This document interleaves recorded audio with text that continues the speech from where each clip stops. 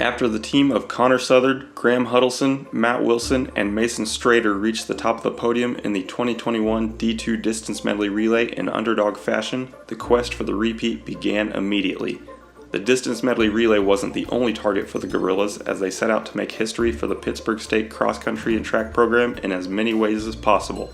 In the summer of 2021, a group of the guys lived and trained in Utah and came back on a mission to win the program's first ever MIAA cross country championship. Although the men fell short in repeating their DMR national title the following indoor season, they rewrote the school's record book in 2022, improving their times in every event from 800 meters to 5,000 meters, including running the second fastest time in D2 history in the DMR with their mark of 9:37.45, and Mason running the first sub-4 mile in program history for the Gorillas. The men's DMR finished a disappointing 5th at the national championship, while the favored team finished 3rd at home with 47 points. The Gorillas earned redemption during the 2022 outdoor season, winning the national championship with 70 points. 3 of the DMR boys earned All-American honors to contribute to the team championship, Connor and Mason placing 4th and 7th in the 1500 and Bryce Grawn placing 5th in the steeplechase. After graduating some legendary Gorillas like Connor and Bryce, the Gorillas had some work to do to fill those shoes on the DMR. Out of Gypsum, Kansas, Dylan Sprecher graduated from Southeast Saline High School in 2022 and was highly likely to be one of the next middle distance greats for the Gorillas. Not only did Dylan have some of the fastest PRs of any Pitt State recruit ever of 1:55 and 4:14, but he also finished his high school career with 8 individual and relay championships and 16 total all-state medals. Dylan redshirted the whole year as a true freshman, partially due to injuries and partially for the long-term vision in the program. Out of Gardner, Kansas, Jordan Colonzo graduated from Gardner Edgerton High School in 2022 and chose Pittsburg State as his next home and came in the same class as Dylan. Although not demonstrating the range that Dylan possessed, Jordan ran under 1:55 in the 800 as a senior, emerging as one of the top half-milers in the state. Jordan followed a slightly different path during his first year as a Gorilla, competing in the Jersey during his first indoor season but redshirting outdoors.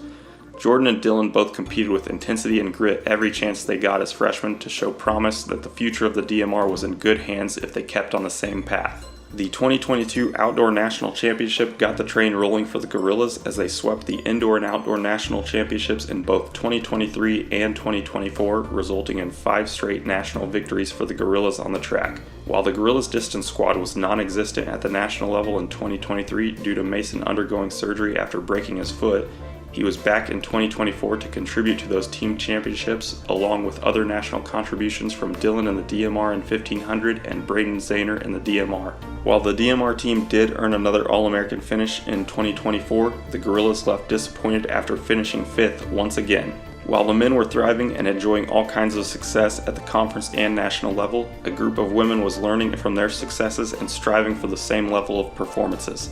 In 2022, Kate Dawson set a new school record in the mile of 4:56.65 seconds. Although that was a long shot from qualifying for the national meet, it elevated her to a level high enough to earn her first MIAA medal by placing 3rd at the conference championship. Determined to reach new heights, Kate kept finding ways to improve every year. In 2023, she earned her first individual conference championship by winning the mile at home, but she still fell short of qualifying for the national meet.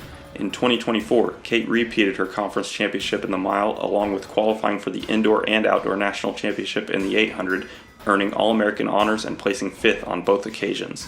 The 2024 indoor team placed runner-up at the national championship by a mere 2.5 points, but then went on to put up a staggering 100 points at the outdoor national championship to win by 28 points. Through the journey to becoming a 2-time All-American, Kate had improved her marks to 208.37 in the 800 meters and 422.56 in the 1500 meters, asserting herself as one of the top middle distance runners in Division II.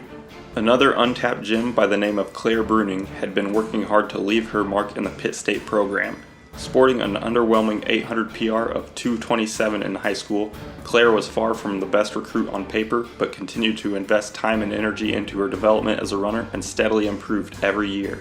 In her first 4 years in the program, Claire brought her 800 PR down to 2:18, 2:16, 2:13, and 2:10.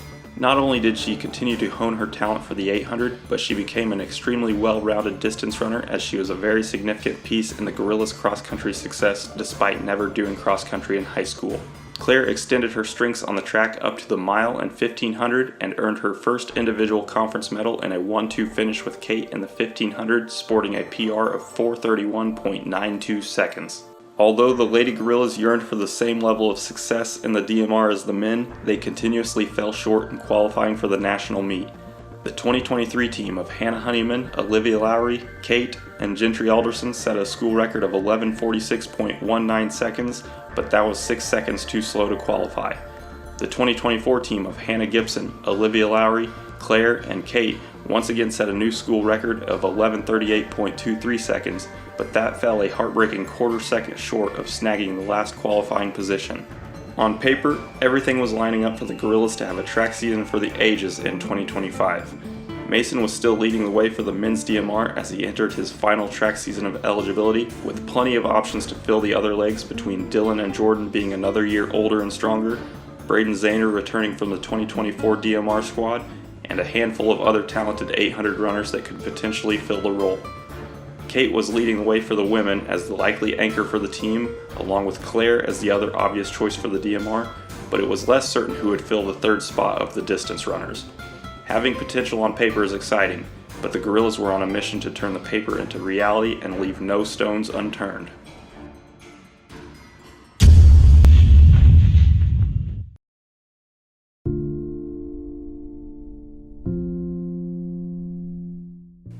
After the 21 outdoor track season, a group of 8 of us went out to Utah for a training cycle at decent altitude. It wasn't so much the altitude that gave us the ticket to success, it was establishing the group, the team, the main goal of winning the conference title at 2021 cross country.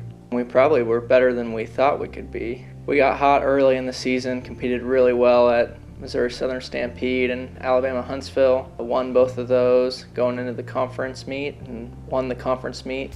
After conference, we qualified auto queue to nationals, and we went down to nationals and didn't have our best race of the season, but still tied for program highest finish. Coming into 2022 indoor track, we returned the entire lineup from the Birmingham Championship DMR team. You would assume that a team that gets first place in nationals and everyone returns, it would lay over and the same 4 guys would toe the line again.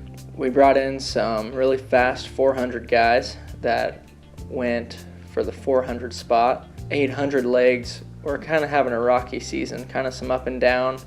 Wasn't sure who would have the momentum at the right time to qualify at our Gorilla Classic. A couple weeks before that, we had some big workouts, a Friday night and Saturday morning workout that Bryce did 10 by 800, and his last 800 would have been an 800 PR for him at the time.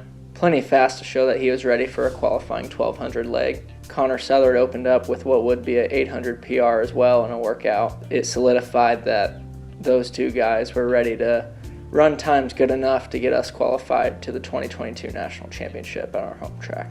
We watched American International run 9:36 out in Boston. That wasn't so much of a target for us. We knew that 9:40s low, 41, 42 would qualify to the meet, and we honestly didn't know what we had in the tank. We knew we had 4 solid legs at the time, and beating a really good Augustana team, beating a really good Division I Arkansas State team, holding off Nebraska Kearney for the win on our home track and running 9:37, the second fastest time in Division II history at the time, was pretty special, and it kind of surprised us all. A week after the Gorilla Classic, we were able to go down to Fayetteville, Arkansas, race a mile. It was one of the best fields I've ever lined up against, a ton of 4 flat guys. We had the race set up to break 4 minutes for the first time, and kind of thought it'd be like a 3:59.99 race, but running 3:58 mid and breaking 4 for the first time. It was really fun and kind of seemed surreal at the moment. So while I was racing down in Fayetteville, back here in the Plaster Center, the team was having a real important workout, getting ready for the conference championship the next weekend. They were able to put the live stream of the Fayetteville race up on the scoreboard in the Plaster Center, and they timed it so they started the workout right after we finished the race. And after the race, it was pretty cool to see the whole team down there on the track jumping up and down. Breaking 4 was really cool, but seeing that really hit home and being able to win the race for everybody watching was something really special. I'll remember it for a long time. The 2022 national DMR here at home. We had high hopes of winning the whole thing, repeating our title from the previous year. We were full of confidence. Going into it, we had full expectations of winning the race. We knew there were some good teams, we knew there were some good anchors, but we thought we had the full team. We started the race and some things didn't really go our way. Had some gaps form here and there and some tough tactical racing. 400 legs stayed about the same. We didn't make much progress on that. We didn't lose any progress on that. And then it was just another strong, sturdy 800, but the gap was already formed. We just couldn't get up to the front. So by the time I got the stick for the anchor leg, we had some really good teams up front, being Adams State and Simon Fraser. They were full of middle distance power that winter. And while those teams were in front, we knew who was coming behind us, and it was the Division II record holder in the mile and the 3K that he ran within 90 minutes of each other back in Boston, and that's Christian Noble. I got the stick and ran a couple pretty hard, firm laps, passed a few people in the process, and then early on in the race, Christian Noble passed me, and I knew what his goal was. It was very obvious that he was going to try to go catch the leader, so I was trying to stick like glue. I even think we clipped a few times. I was trying so hard to stay on him. It just slipped away late in the race. Lost some momentum, lost Noble as he took off for the front guys, and I was kind of stuck there in no man's land. And last lap and a half to go, had some crowd show up, maybe a Fort Hayes, maybe a Kearney, American International. And I remember battling with Callum Elson down to the line, and he got fourth, and Pitt State got fifth, but held off Kearney and Fort Hayes for 14 points. So it wasn't a complete explosion, but 4 versus 10 and how it happened was just not what we were hoping for on our home track. I believe it was my junior year. I got a letter in the mail, a questionnaire. I filled that out, sent it back, and I believe I came on an unofficial visit junior year, and then eventually senior year I had an official visit, and when I came to Pitt, I had only had one visit prior to that, and it was at Emporia. So I kind of had something to base my visit off of. During the whole recruiting process, it was like, how do you know where I'm supposed to go? All these coaches tell you different things and make it feel like they want you. But I remember being on my visit at Pitt State, and it felt like I was supposed to be here. A lot of that helped with, my family had all gone to Pitt State, so I had already loved the Gorillas and loved supporting them over the years of my childhood and into high school. But the biggest thing was just coming here, being with the team, and falling in love with it.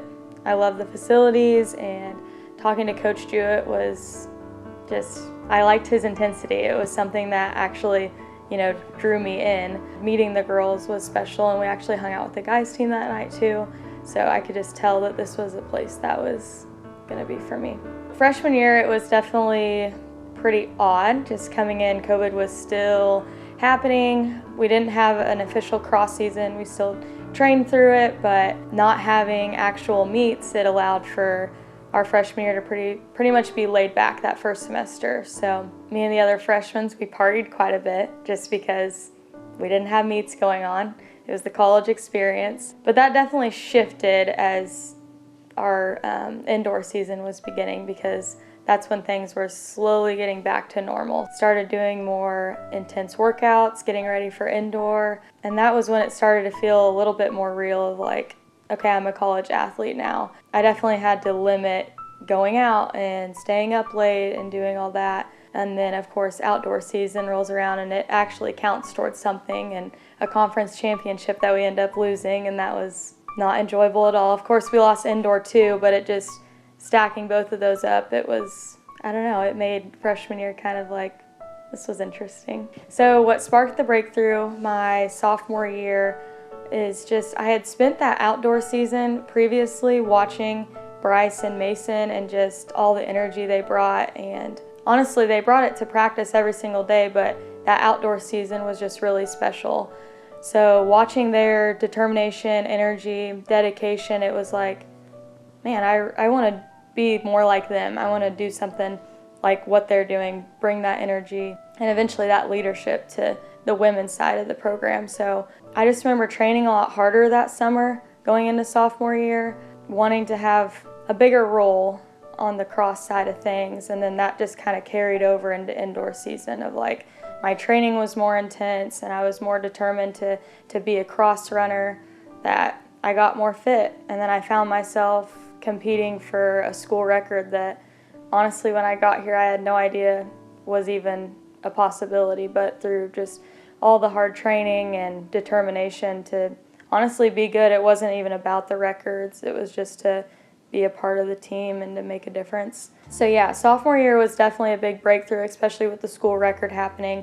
Getting on the podium for conference for the first time, and then wanted to do a little bit better outdoor. Still was able to score for the team and just let that determination roll over into outdoor. My background in sports for college was, very limited in the running aspect. I did a lot of other sports, but I wasn't great at them. So when it came to running, I think I definitely didn't know a lot, and I was very inexperienced with every aspect, honestly. I didn't have a good pair of running shoes, I didn't have a good pair of spikes, I didn't have a watch. There were just so many things that I had no idea about. I didn't do cross country at all, despite their efforts to get me to do it. I never ran more than a mile for warm-up. I think I did 2 laps around the track, and then I primarily focused on the 4x4 and the 800. I wouldn't say college of choice. I think my parents definitely were the ones that were pushing me to go to college and do collegiate athletics. So I feel like I didn't have a say necessarily. I had no idea what I was getting into. My first year was really hard. I feel like every freshman goes through a lot of loneliness, but I didn't really try very hard to get to know the girls, or I didn't really get to try to understand running or understand the new environment I was in. It was very different for me. I actually thought that it would be the college lifestyle. That's what I thought I'd be living. I just wasn't focused on athletics how you should be with running specifically. I did get closer to the girls after my freshman year, but sophomore year I feel like I was seeing a lot of our really good older teammates. I just was experiencing watching them grow and love each other, and the camaraderie and the passion that they had was really moving to me. And I think it just made me want to be like them, and I have to have that. And I think it sparked some type of drive within me to be somebody, and I wanted to be like Bryce, and I wanted to be like Hannah Honeyman and Cami Roy. They were just so passionate and they were so loving for the sport, so I think it just made me want to try harder. In the cross-country season of 2022, it was the first time since I got to Pitt State that we had graduated some seniors on the distance program. We were actually looking pretty strong. The team was showing some great momentum in training. We had some guys stepping up. We had some upperclassmen in really good shape with a good base built from their summer. We opened up at Missouri Southern at the Stampede, and that race went pretty well for us. After the race, I was having some issues on the top of my left foot. You don't want to just think of the worst, but you know it's there. It was a serious pain. Tried doing the cool down. It didn't go very well. Ended up walking back to the team camp. We ended up having to lay off training for a few days and decide if the foot was going to get a little better or if it was a serious injury. I got back to training at the end of that week. We were scheduled to run in Louisville for another cross-country meet 2 weeks after the Stampede. It was a rough race as a team. We had a couple individual good races here and there. For me personally, it was the best cross-country race I'd ever ran at Pitt to that day. At the end of the race, I couldn't walk. At the end of it was 4, 5, 6 times worse than the pain was at the end of the Missouri Southern race, and I knew that something was really messed up in the top of my left foot. After Louisville, there obviously wasn't going to be any running in the meantime, short time, but we still questioned if I should race the MIAA championship in the regional meet, potentially, or just one or the other, or hold out for nationals. We weren't quite sure what was going to happen. It was a really tough decision. It was a day-to-day, every single day. None of the days were ever really that good. At that point, I think I was wearing the boot, trying to do all we could to maybe relieve the pressure at all, but it was a serious injury, and we had some insight that it was probably hold us out for a while. We ended up not racing at MIAA meet. Moving on to the regional meet, there wasn't any progress in the foot at all. I'm not sure I'd ran at all since the Louisville cross-country race, and at some time We got some x-rays and figured out that it was a navicular stress fracture in the top of my left foot. We knew the national championship race in Seattle was out of question.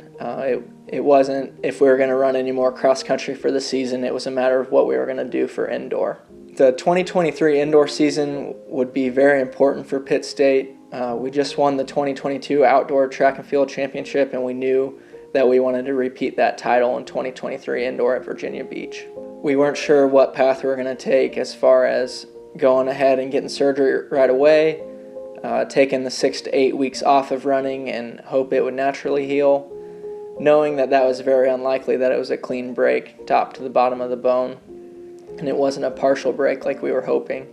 We sat out the 6 to 8 weeks. I started training over winter break again and reported back in January with the team with hopes of going full blow for the indoor season. And I trained for about a week, and on a Sunday morning run, it flared up just like it did before in cross country and had trouble walking again, and I knew that it hadn't healed at all. Got another CT scan and confirmed that my foot was still broke, and at that point in time, we had some decisions to make. We knew that the surgery would involve putting 2 screws into my foot, and there was potential for complications. That wasn't a guarantee fix. It could be complicated that it wouldn't heal. We might have had to take the screws back out if things weren't going right, but we were pretty sure we weren't going to be able to let it heal naturally. Since the team was so strong, we debated doing a half training load and trying to qualify in the 800 meter, that indoor. Potentially a DMR depending on other legs and other guys' progress at that moment.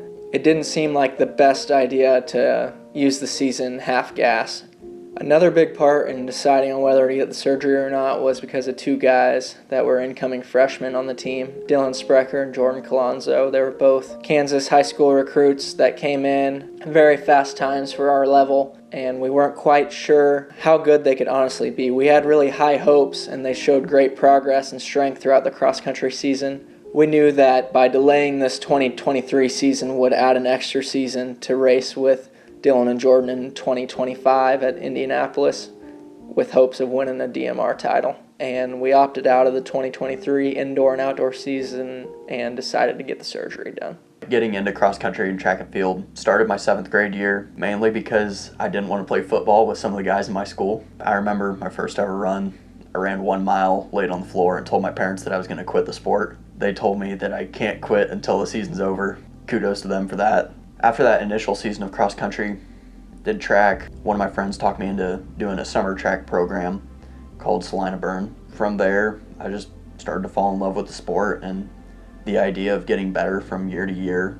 Sophomore year came around, I was pretty well all in on running, and pretty much from then on it's been all in. I'd like to say that I've been very accountable, and running has always been a priority for me. The college search and recruitment for me was initially very fun. I was at a level to where some D1s were recruiting me. I was going to be a D2 kid, even if I hadn't quite accepted that at the time. As the process went on, calls with coaches got longer, more serious. By the end, it was really starting to drag on me. The whole time I was just trying to find a coach that had the same ideas and beliefs and was willing to go however far I was willing to go. I didn't want to put in more effort and not have that be reciprocated by my coach. So the biggest thing for me was having a coach that shared my beliefs and a team that was willing to work hard. My dad loves telling a story about when I was on a visit at a certain D1 school. It was a great visit. I went to a football game. They offered to take me to a party afterwards, but that just isn't my style. Leaving that visit, my parents, they loved it. The coaches were all really nice. My dad asked me, he was like, well, what do you think? No, it's not for me. Like, it's too flashy. They have all of these great things, but I didn't have that belief in the coach. I didn't see the results in the program that I expected to see. I'd narrowed it down between Pitt and another school, but ultimately it came down to me looking at the programs and seeing what people were doing within the programs. One of those people for me was Mason.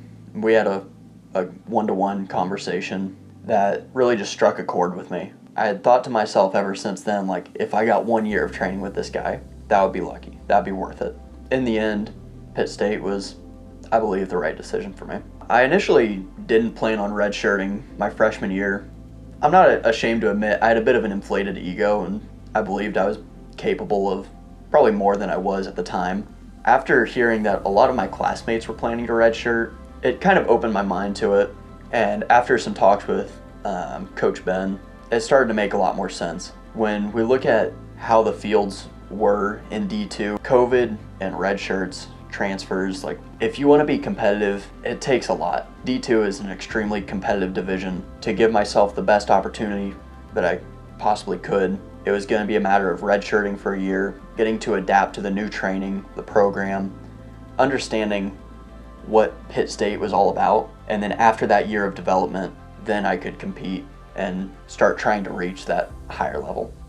Yeah, so Pitt State wasn't one of my first choices necessarily. Pitt State was just one of those schools that I kind of heard of. I didn't really think about it up until I saw Pitt State men cross win the Southern Stampede in 2021. Saw how they interacted with each other, saw how they ran in the race, and I was like pretty impressed with how they acted, and I really wanted to be a part of it. And coming from a high school with good team culture, I was like, that's somewhere I want to be. I want to be on somewhere where everyone's cheering each other, a good team too, and hit up CJ Neisler because he saw I raced there, and I was like, hey, like, can I get Coach Ben's number? Like, I got a recruiting questionnaire, like, filled it out, but I forgot it. Like, can you get me in contact? And the rest is history. Just came on my visit, didn't think too much of it. I was like, where are we, bro? Like, where's Pittsburgh? We're driving down I-69. I'm little by little, I'm like, oh, like, Pitt State's pretty nice. Like, facilities are nice, school is nice, major department's pretty nice. And I'm like, this might be somewhere I would like. And my mom's like, oh, I don't know. You still got to visit a lot of places. I didn't get that attention from a lot of schools because I just didn't develop till my senior year during track. And they saw the potential in me, and I rode with it. Like, I trusted Ben. He go with numbers, and he showed me a book of what similar guys were doing in the program. I'm like, oh, I want to do this. And if you come here, like, see you being a good piece in our team. And I was like, I guess I'm going to Pitt. It just felt right. Like, I just don't know, like, what. I didn't have a lot of options. I'm like, gave Ben a call. I'm like really excited. It's like, man, I'm going to Pitt State, and it just didn't feel real. And I remember telling my mom, I'm like, she goes, what? I was like, yeah, I'm going to Pitt.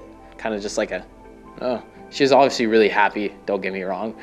But then she was like learning more and more about the program, and it became one of the best decisions of my life. So yeah, so competing in the Jersey freshman year was kind of driven by some injuries that happened and some older guys having no eligibility. And so that kind of left me on the next one up. And so I was like, I remember going to Ben's office and being like, you want to run this season? Like, do you want to get a taste of what it's like? And I was like, yeah, like, let's do it. Because during cross, it was real hard for me adjusting from high school, just going from low mileage and just working up to like 50, 60 miles and working really hard and doing a lot more. And I was ready to prove my mark and show what I've done. And I want to be good, and I want to be part of the program. And I remember asking Ben, like Diego, Contreras, and Mason, and like what did you do to be good? Like, I just remember talking about those guys, thinking about what they did and how they are. I want to be like that. And so competing in the Jersey was great. Like, I learned a lot competing as a freshman. Like, you just got to level up. You got to bring your game. And it's one of those things that if you don't bring it, then someone will. So that first season was good. I only raced 3 times just because indoor's so short, and don't want to overdo it as a freshman just because we're new, we're training really hard. And season didn't end great because didn't make the final. I think I was slated 7th in the conference and didn't make the final in the 800. And I remember having a pretty poor DMR leg, and I was like, man, like, that's not what you want when you run in the Jersey and run in Pitt State. And I remember I was, smiling when we were taking the team photo with the trophy, and Mason was behind me, and he's like, I was smiling, and Mason's like, is that good enough for you? And I remember thinking, I'm like, no, it's not. Like, this, don't get me wrong, it stinks, but like, I'm happy to be a part of a championship, even though I necessarily wasn't a part of it. Scored like 4 points on the DMR, but as a freshman, you don't really know where you could be in the program. And Mason was there to be like that's not good enough. Like, you got so much more. And from that point on, it's like that indoor to the next one, and redshirting that next one, I was like, man, I just got to wait one more year to get my shot back at it, because you missed that final when you're supposed to be in it. You're like, man. And from that point on is laser focus. When I get the chance to do it again, I'm going to do it. So my junior year, it kind of felt like a roller coaster. I had a ton of good workouts during cross country. Racing was hit or miss for me. Regionals was a big breakthrough race, but then getting to nationals, it didn't go as I wanted it to. Fast forward a little bit there to indoor, I felt like it was also a roller coaster. I had broken my school record, but only by just like a tenth of a second, and I wanted to do better than that. And then I remember going to Arkansas with the attempt to do that, and maybe even breaking 5. I think I ran right at 5 flat though. You know, I got to put that behind me and figure this out because the team's counting on me. I really just honed in on trusting myself. I had so many good workouts from cross country all the way up to the conference championship for indoors. Getting to that race day, I was confident going into it. I remember talking to a previous teammate, Gentry Alderson, and I had told her, you know, we need to be both of us on the podium. It doesn't matter the order, but that's our job today, is to get on the podium.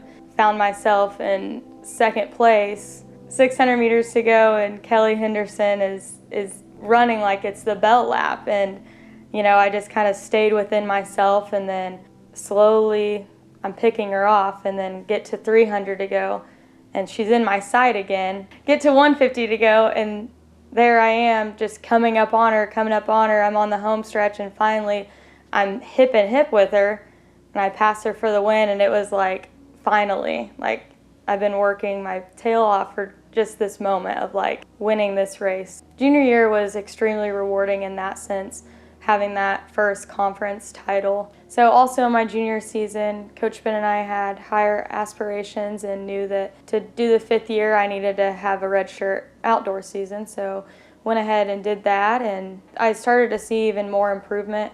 I ran 4:27 in Texas. It was just very motivating. It was disappointing not being in the jersey. I wanted to be a higher level runner. Like conference level was incredible, but I wanted to go beyond that, and having that redshirt outdoor season, I felt like I was able to benefit from more intense training, but also taking different opportunities to be in more competitive races. Indoor was really fun. I do remember when I made the final for the 8, I wasn't expecting that at all, and I feel like that's what has been interesting about my running career, is that I never know what my ceiling is. I never know what's going to happen next. It's just more of like building off fitness. But I do remember indoor race specifically making finals. I was like so ecstatic and like felt like I had done something and I was going to be able to contribute. But then moving on to the 15 outdoors, yeah, that was really disappointing. I think I was definitely in my head. I didn't know where I was at. I felt like I was so focused on like a certain place, like I had to get like first or third, or I was definitely learning how to like race at a high conference level and being able to like handle that. I'd never been like good at something before, so that was very new for me to be like relied on. 2-3-23. So February 3rd, 2023 was the day of operation. After that was complete, the doctor's orders were don't put your foot down for 5-6 weeks. To be honest, it was a perfect execution of recovery. I didn't put my left foot on the ground for 5 straight weeks. Week 6, I was able to walk in the boot with crutches, and week 7, I was walking around in a shoe with just soreness and no sharp pain. We were definitely on baby mileage for a long time throughout the end of March, April, and probably finally running again for real in the middle of May, towards the end of May. As the summer went, we had a very cautious approach to our base mileage. It was lower than it had ever been. June and July definitely had less training than previous years going into the cross season. And then August was almost normal, but not quite, and September ended up being about just how we wanted it to with mileage and training and how everything was going. My first race back in 2023 after being out for a whole year was at the same course that I ended up breaking my foot on. I knew I was fit, workouts were going well, mileage was great, my foot wasn't hurting at all, everything was on track, but the race was a disaster. Just a poor start, bodies everywhere, not a good race with momentum, and just didn't finish very well. It was a wake-up call and a rough way to start the season, knowing that the team would be depending on me heavily to score low points at the conference meet. 2 weeks after Louisville, we went to the MIAA Conference Championships in Columbia, Missouri. I had a great 2 weeks of training. The team did as a whole. Everybody was training really hard and good. We were determined to win the meet, and when we got to Columbia, we kind of had a chip on our shoulder, and we were ready to race. And we raced pretty hard. It wasn't the most competitive MIAA championship we'd been in. Matthew Oglesby and I were both in the top 10. Rounding out the top 5 was Braden Zahner, Dylan Sprecher, and Travis Sickles to get the team title. It was very rewarding coming out of the season with to date, one of my best cross-country seasons of my career after the altered summer training and not racing for over a year in the Jersey. I can key that to a lot of dedication, hard work, honestly just training fearlessly, not being scared of another injury or not being scared of what had happened in the past. It was just a day-to-day mindset and wanted to get better at the 8K and 10K every day at practice. Coming off the 2023 MIAA cross-country championship, we had high hopes for the 2024 indoor track season. We knew we had a strong contingent of middle distance runners, and we knew that we could give the DMR title a shot again. My 4th year qualifying for the DMR was a big objective of ours. Missed out on the opportunity just by not even a second. It was a tight race. I remember sitting on the stairs at the Plaster Center watching it. I couldn't believe we just got bumped to 13th and missed out on the opportunity to go to nationals. You know, we wanted to get more distance people in the national meet, so it was like we weren't sure what we were missing out on, but we knew we wanted to be on that stage. It was still such a big letdown. Yeah, that was really hard because I remember running like a really fast leg. We could make it, we could do something, and it's just crazy that every little second matters. We really thought we got it, but during my second year, I was redshirting, which was all right. I wanted to have a full 5th year. My racing during that time was just not great. I was just kind of falling apart late. I was just kind of overthinking, putting too much pressure on myself, trying to be something that I'm not, and just kind of force everything I'm doing. I was working out probably the hardest I've been. This is when I was starting to really start running with Mason and Dylan in practice, and I was really working real hard, and I just was really frustrated. I was underperforming. Felt like everything was going great in training and nutrition, and it was really hard for me to watch all these meets, all my teammates run really well, and I'm sitting there dissatisfied on what I'm doing. You can't change anything about the process because everything I'm doing is right. You just kind of gotta tough it out and keep going. Going into the indoor conference meet, there were a lot of things I wanted to accomplish. Qualifying to nationals was on my list. Being a 2-time indoor mile champ was on my list. I wanted to anchor the DMR as well. Did we put all our eggs in the basket on the 800 and just try to get 2 shots at qualifying? Then we wouldn't be doing the mile. I wouldn't be able to have that conference title. Am I gonna give that up, or am I gonna do both? How are we gonna do this? I remember we literally flipped a coin trying to figure out, am I doing the DMR 800 or am I doing all the events? We flipped the coin, and I was just gonna do the 800 and DMR. Coach Ben and I looked at each other and we're like, I don't think that's the best choice. So I ended up doing the 800, the mile, and the DMR, and so our game plan was get in the prelim and try and qualify. That's gonna be your best shot. You're gonna be the most fresh. That's what I did. I got in the 800 prelim and ran it from the front. It was not how I typically ran. I went out in 65 and closed in 64. So I got my qualifier, and then I was able to get into the mile the next day. And I had lost to T-Bolt, a runner from Northwest, at the Gorilla Classic. So this was head-to-head matchup. I remember shifting all my energy from that prelim to I have to do everything it takes to beat her. We shifted positions back and forth, and they even, I think they did this intentionally. They had one of their girls take off to try and get me to go with to wear me out, and it didn't work. I knew their plan. With 50 meters to go, we were sprinting to the line, and I came out on top, so I had to celebrate that. It was a big accomplishment. Our DMR went okay. It was just one of those things, get on the podium, and we did. Yeah, it was a big weekend, but still to this day wouldn't change 1 second of it. We knew it was pretty likely that Dylan and I would be on the DMR. We weren't sure what legs yet. And the indoor season that Braden Zahner was having, it made it pretty obvious that the 3 of us would be the distance legs on the DMR. Coming out of the Indoor Gorilla Classic in 2024, the team posted a mark in 9:38, which put us one of the few teams in Division II to ever run multiple teams under 9:40. High hopes for the national championship with one of the top seeds. I think it was the fastest raw time, not counting altitude conversions. And we were ready to take on the 2024 meet at home again. Leading up to the race a few days before, Braden started feeling sick, and not just like a cold or a cough. He was down pretty bad, and we had to make a decision if we were going to run Matthew Oglesby on the 1200 leg or Braden, or move Dylan around to the 1200 and have somebody else run the 800. We were basing it on a race day decision. We decided to leave the team as it was with the qualifying team and let off Braden Zahner. And it was quickly evident that he wasn't the same guy that had just wrecked the conference and won the 5K and 3K 2 weeks prior to that. He was definitely sick, kind of got flushed out the back, and gave it what he got to get the stick around and pass off from the 1200 off to the 4.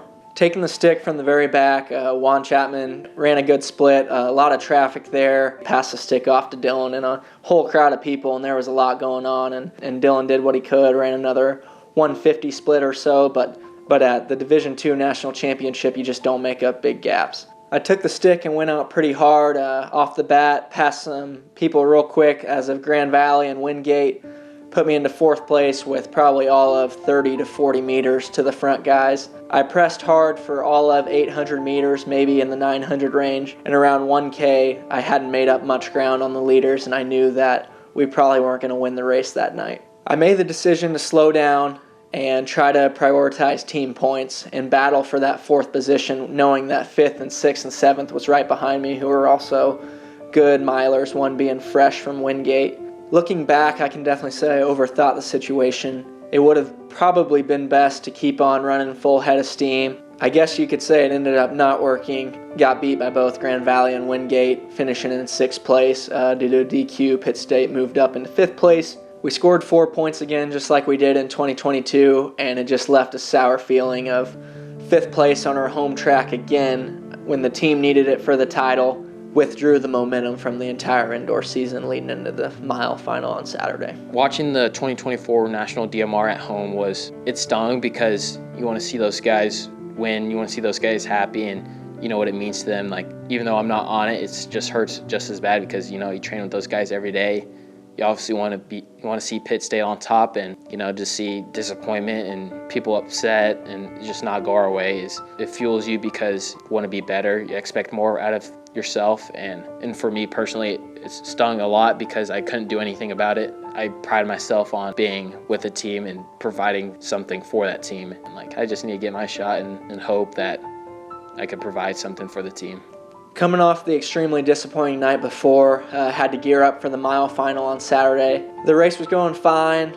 Position wasn't great. It wasn't bad. It was a very physical race, as it always is when it's tactical and you have 9 guys all fighting for that one spot on the rail. Quite a bit of contact on the backstretch, and ultimately a really poor last 200 from me, and I ended up 7th place, scoring 2 points for Pitt. With all the hard training and all the sacrifice and the day-to-day of the sport, all you want to do is perform your best for your team when it matters most. It was really disappointing, and to be honest, my attitude was pretty poor from that point forward for quite a while. And looking back on it, we could probably tally that up as the lowest point emotionally of my entire track career.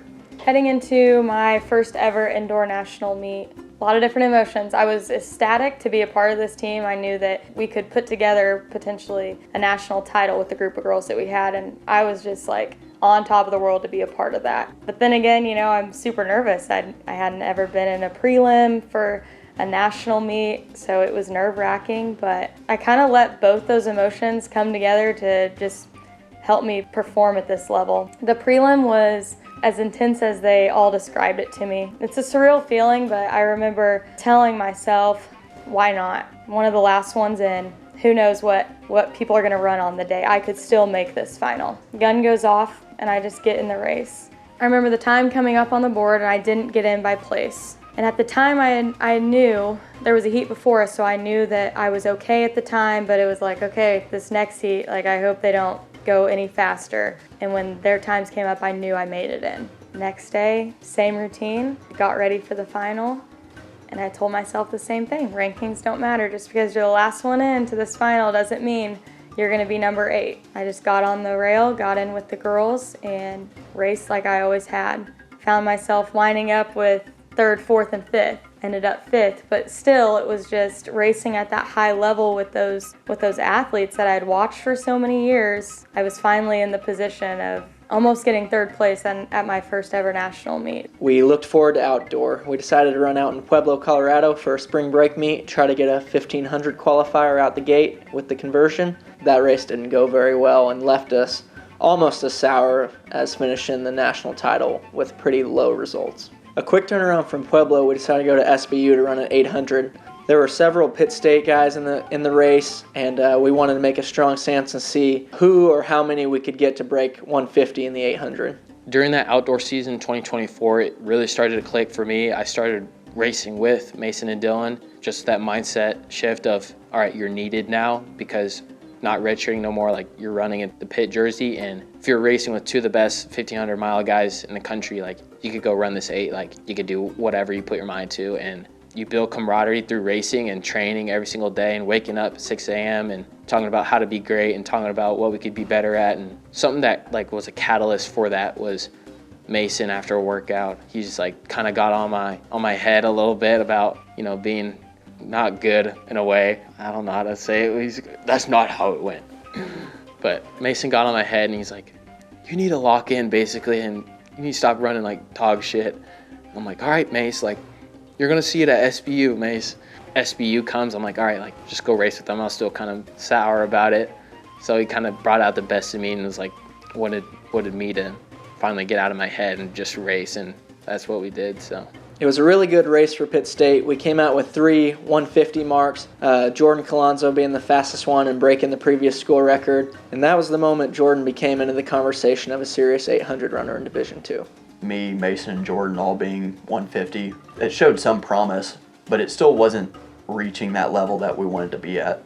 After SBU, we decided to go out to Brian Clay and give it another crack at a 1500 with hopes of qualifying. The 800 went all right. It was a crowded race. Jordan and I, again, basically finished right beside each other, just like SBU, and we both ran 151 low. And in fact, I think Dylan ran like 0.01 away from us in a separate heat earlier in the day. So we basically all finished with the same time, looking for the 1500 the following day. The night of the 1500 ended up being a long night. It was one of the few blow-ups I've had at Pitt State. Went out hard with the pace, and just 800 in was completely gassed and didn't have it. And unfortunately, I hate to say it, and even packed it in on the last lap, which is something I'm really disappointed in. That's not the expectation we have here at Pitt State. It was a really sad performance and not what we wanted, as we're still hoping to qualify for the 2024 Outdoor Championship. Going out to Azusa and getting to race in these big fields that are all super competitive was great. I didn't have the times that were coming from it. Going into conference, we knew that it was going to have to be a very precise race. I tried talking Mason into having an honest race. He wasn't super keen on the idea. The morning of championship Sunday, we both woke up and Mason said to me, let's go for it. That made me really excited, and it turned into another opportunity for us to try and get a qualifier. After finishing 1-2 indoor that year at Washburn, we wanted to repeat the 1-2 championship. We had the plan to go out hard and try to qualify to nationals, run around 343, 344. We wanted to give it a try. And we also thought that tactic would give us the best shot to get away from the field and ultimately win the race going 1-2 and scoring 18 points for the team. The race went well. It was a tough race. Dylan had a great last 200 meters and a big kick as always, and won the championship, winning his first individual MIAA championship, and I got second place. Qualifying to nationals was priority number one. I didn't expect to win it. Just being in a race with Mason at that point, I was not necessarily intimidated, but you have to respect a runner like him. Finish the race, look up at the board, seeing that we didn't quite have the time, it was going to put some pressure on for last chance. So Kate and I had the goal of Podium being the 15. I feel like we knew that we could do something there. I was specifically hyper-focused on the 15, like so disappointed in last year's, and I knew how in my head I was, that I felt like I had to really step up that next year. And then I also felt like I knew that I could be counted on and I could actually do something. Like ever since our freshman year, I kept telling Kate, every time we do a stride, we'd end and I'd be like, it's 1 and 2, it's Kate and Claire. Like that was our goal. We've always wanted that. We always would joke around about it. But like in the end, we were both very serious about being able to finish 1 and 2 at a conference. We decided to go to 2 last chance meets, the first one being in Harding and Searcy, Arkansas. The weather was pretty good and we knew we'd have a good chance to qualify that night. We had some pacing set up from a Harding runner, and as well, Jordan was pacing us also from the middle portion of the race. latch on, and if you blow up 1,100 meters in, at least you latched on and you tried. The last 400, Mason pulled away just a little bit, but we both crossed the line. We were laying on the ground. I was asking the timer, what did we run? What did we run? And when he said 3:43, I just laid back and smiled, then hurt really bad.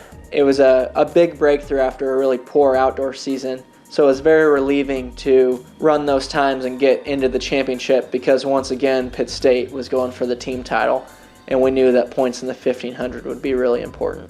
Yeah, having that kind of late season performance and getting in at last chance, it was nerve-wracking, but it also gave me the confidence of knowing our fitness was coming at the right time and that we were going to be really sharp for nationals. So in outdoor season, I got my qualifier early, so it allowed me to put some focus into the 1500. So we went to Lee, Tennessee. Things just finally clicked. I was able to get into a competitive race. I wasn't sure how fast I was going to go, but the goal was a school record. The goal was to run 4:25. I remember listening to some girls talking about the pacing and talking about going through 800 at 2:18. And I was like, well, that's faster than we've talked about, but at least I know where they're going to be at. Got in the race and I found myself right near those girls, and I was like, well, I'm out hot, but it's okay. I'm not in survival mode right now. Like, I still feel good. And I remember getting up close to the finish line enough to where I could see the time, 4:17, 4:18. And I'm like, what in the world is happening? While I'm running, I'm thinking, how am I about to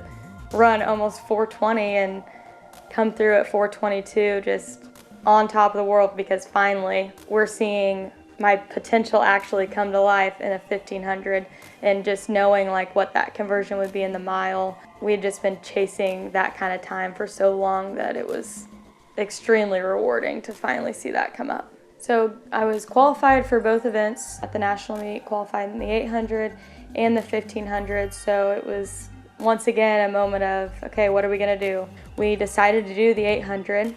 So it just felt like we knew more about how I was likely to perform in the 800 going into that national meet. It went well. I was able to get a big Q and advance to the final. I got 5th again. I wanted to do higher, and it was even more I was a little more devastated that I only got 5th, which sounds silly to say, but had to be happy and honored to have the opportunity to be a part of a national championship. Being a part of that women's team was very special. Putting up 100 points and being able to say that I contributed to that, I'll always be grateful for that.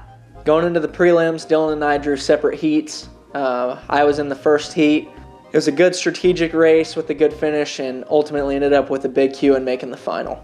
It was super stressful. I knew that I was going to be capable, but when you're in heats with guys like Caleb Futter, so I knew it wasn't going to be easy. I was lucky in the sense that I drew heat 2, so I knew what heat 1 ran. That gave me not only the confidence, but also the ability to say, like, okay, here's the time that I need to run if I want to make it in. I got in with a little Q, felt pretty controlled. On the championship day, we knew it was very crucial to score points in the 1500. At the time, Grand Valley had 2 people in the 1500 final, and West Texas also had a good runner, and we knew that those were the teams we needed to beat for the team title. The race went out tactical. We were jogging around for a while, and then as the wind-up happened, I stuck with it. Positioning was up and down throughout. It was the funnel effect. We'd move up on the outside, get funneled to the back and forth, back and forth. On the bell lap, we both ended up trapped on the inside on the rail, and we were both banking on it opening up for a home stretch pass on the inside. The big kick started to happen, stuck with it, and coming around 200 to go, I felt really good. Mason and Ben had always told me, you have to have something in the last 100 meters. The last 100 meters is where things happen. Yeah, I got to the last straightaway. Everyone else was shuffling around each other to go on the outside and find the clear lane, and it just opened up this magic gap in lane 1. So I surged up, managed to beat a lot of the pack that was in front of me, and as I crossed the line, I knew Mason was right ahead of me. Saw Strader pop up on the board in position 4. I saw my name pop up right behind his. He spun around and just yelled. It was such an exciting moment for me. Up to that point, like, there had been successes, but nothing compares to that national level success. And being able to do it with one of your best friends at your first ever outdoor national meet, there's not much more you can ask for than that. The race finished well, and Dylan and I finished 4th and 5th and scored 9 points for the team, and it was definitely the highlight of the season based on how it had gone. It was the first time in a long time that racing was fun. I enjoyed the process, enjoyed the race, was in it, and it was a great feeling coming off of a season that was pretty lackluster. Finishing in the top half All-American in the 15 definitely boosts spirits when your team wins the title as well. My goals for the final year in my pit jersey, I knew that I had done really well last year. There were so many things that I thought that I wouldn't be able to top. Mentally, for me, more than anything, I knew physically that I don't have a ceiling. Like, I would just tell myself that, and then I would just tell myself there's nothing that I can't make possible, basically, because I kept surprising myself, and I think that comes hand in hand with having no experience. My final year was just trying to mentally go through the entire year all in and not go into a race feeling unconfident.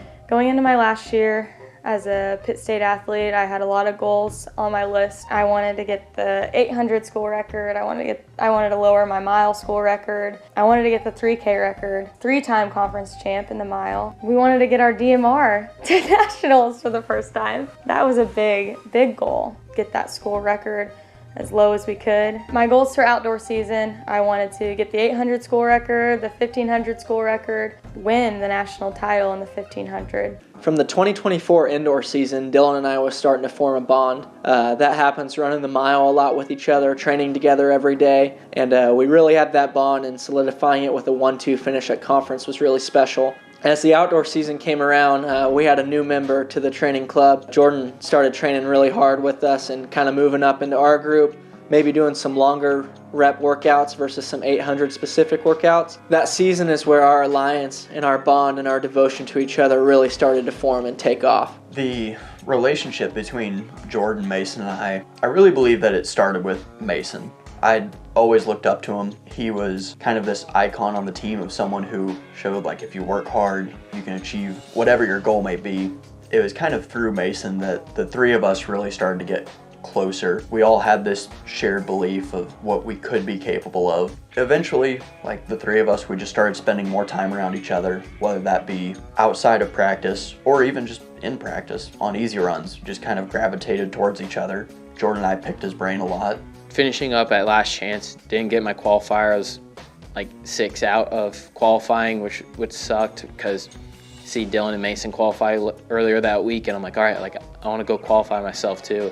Just doing everything with them, I want to go qualify for myself too, and still got 3 more years to give it a shot. And we were talking on the way back from Tennessee on the van, and we're like, man, we got to do this thing. Like, this is the goal. Like, man, you need to get to nationals. You need to go in the 8. That's kind of where the internal goal comes from. You talking about it with your brothers. If they believe in me, then I could do this thing, kind of thing. And obviously Coach Ben is giving his insight as well. He's like, you just need to be a year better. Like, that was a good race for you, but you just need to be a year better. And every single day we talk and we want to be great, and it's that shared bond of trying to be great that makes us super close. So we had a lot of goals as a group. We knew that the DMR was going to be incredibly important. With it being Mason's last track seasons, the pressure was on. He was hungry. We were hungry too. We didn't want to let him down in that regard. Jordan and I, a few of the other guys, we went out to Utah for a while. We were training out there, which was mirroring Mason and them. And so you can see the influence there. We just wanted to be all in everything we did. I had individual goals at the same time. I had wanted to make my name known in D2. I'd had good races at the national scene, but there are plenty of people that can do that for 1 year or one event. And so I wanted to come back and be able to prove it wasn't a fluke. Like, I'm gonna have to be someone that you're gonna have to deal with for a long time. We were training really hard. We all wanted to run great for our team. We all wanted the success. Dylan and Jordan were finally old enough, and they knew what it would take day to day to really have that national success. And almost an unspoken agreement, we all knew that the challenge would be set forth for the 2025 Indoor National DMR title.